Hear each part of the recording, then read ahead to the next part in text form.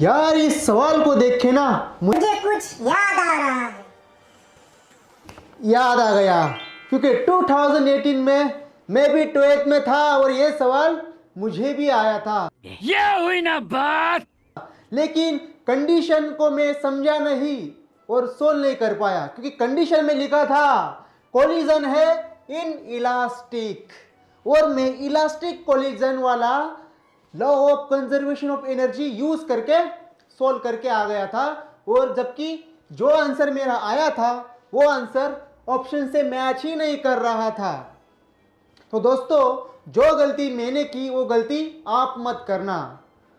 बहुत ही आसान सा सवाल है दोस्तों, बस कंडीशन को समझो। नहीं। तो दोस्तों, कंडीशन को समझो, कंडीशन को समझ के सॉल्व करो। तो देखते हैं कि सवाल क्या है। दोस्तों, सवाल में कहा गया है कि स्फीयर ऑफ मास m, एक स्फीयर है of mass m moving with velocity v। Initial velocity दोस्तों, initial velocity u1 equals to v लिखा है।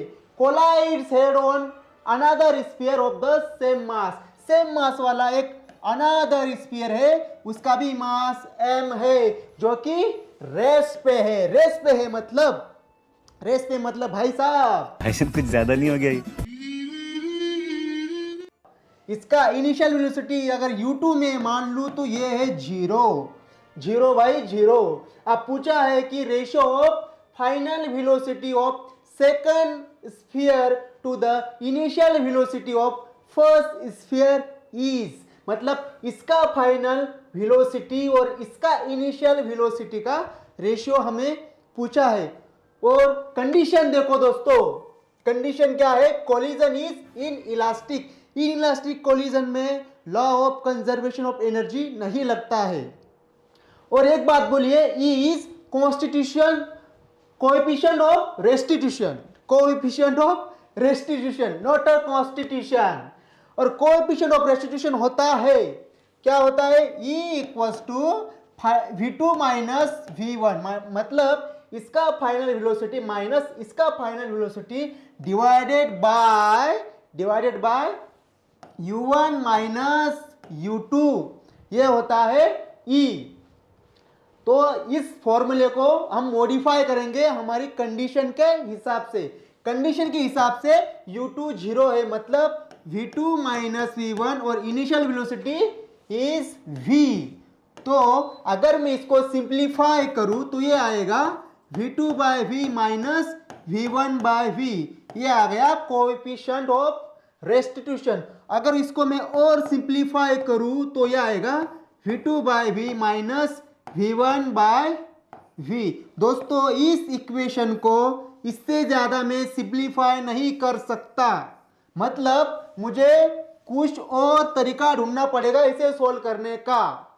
मतलब एक कंसेप्ट नहीं लगेगा, यहाँ दो कंसेप्ट लगेंगे। मतलब दूसरा कंसेप्ट क्या लगेगा? अगर मेरा कोलिजन इन इलास्टिक है तो मैं law of conservation of energy use नहीं कर सकता। मतलब जब दो बॉडी कोलाइड होती है तो law of conservation of linear momentum देखते हैं, यूज करके तो देखते हैं क्या हमारा आंसर आएगा। तो देखते रहिए आंसर आता है या नहीं। और law of conservation of linear momentum कहता है m1 u1 plus m2 u2 equals to m1 v1 plus m2 v2। दोस्तों, दोनों बॉडीज का मास सेम है, m मास है, मतलब मैं यहाँ m कॉमन ले लूँ। कॉमन लेने के बाद ब्रैकेट में u1 initial speed is v of the first sphere, तो मैं यहाँ v ले लूंगा। u2 0 है, मतलब ये टर्म 0 हो जाएगा, इक्वल्स टू आएगा, मास सेम है, मास में m कॉमन ले लूंगा, दोनों बॉडीज का मास सेम है, और ये आएगा v1 प्लस v2। m से m मर गया, v इक्वल्स टू आएगा v1 प्लस v2। इसे अगर मैं इस फॉर्मेट में अगर लाऊं, मतलब मुझे इसमें इस इक्वेशन को और सिंप्लीफाई करना चाहूँ तो मुझे इस इक्वेशन की मदद चाहिए। तो मैं ऐसा क्या करूँ ताकि इस इक्वेशन में मैं यहाँ जो मुझे इक्वेशन मिलेगा उस इक्वेशन को पुट करूँ। तो मैं इसे सिंप्लीफाई करूँ, 1 equals to v1/v plus v2/v, इस तरह मैं लिख सकता हूँ। और अगर और सिंप्लीफाई करूँ तो यह आएगा 1 minus v2/v equals to v1/v, v1/v equals to 1 minus v2/v, v1/v मुझे मिल गया, v1/v मुझे मिल गया, मतलब यहाँ मैं 1 माइनस v2/v पुट कर सकता हूँ। ओके, तो E आएगा, E equals to v2/v minus 1 minus v2/v। Okay, equals to मिलेगा v2/v माइनस 1 माइनस इंटू माइनस प्लस v2/v। ये -1 अगर मैं इसे लेफ्ट साइड ले गया तो इधर मुझे आ जाएगा e+1 मिलेगा, e+1 मिलेगा equals to v2/v plus v2/v।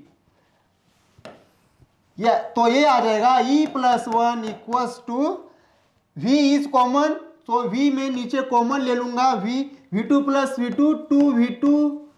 हमें पूछा है v2/v पूछा है, मतलब इसका फाइनल वेलोसिटी और इसका इनिशियल वेलोसिटी का रेशियो, मतलब ये 2 यहाँ मुझे नहीं चाहिए, तो 2 में अगर इधर शिफ्ट करूँ तो ये आ जाएगा इधर नीचे, तो इक्वल्स टू v2/v। तो ये आ गया final equation, e+1/2, option C is correct. तो दोस्तों बहुत ही आसान सा सवाल था, बस गलती से मिस्टेक कर गया, गलती से मिस्टेक हो गया। ये मिस्टेक आप मत करना। Thank you.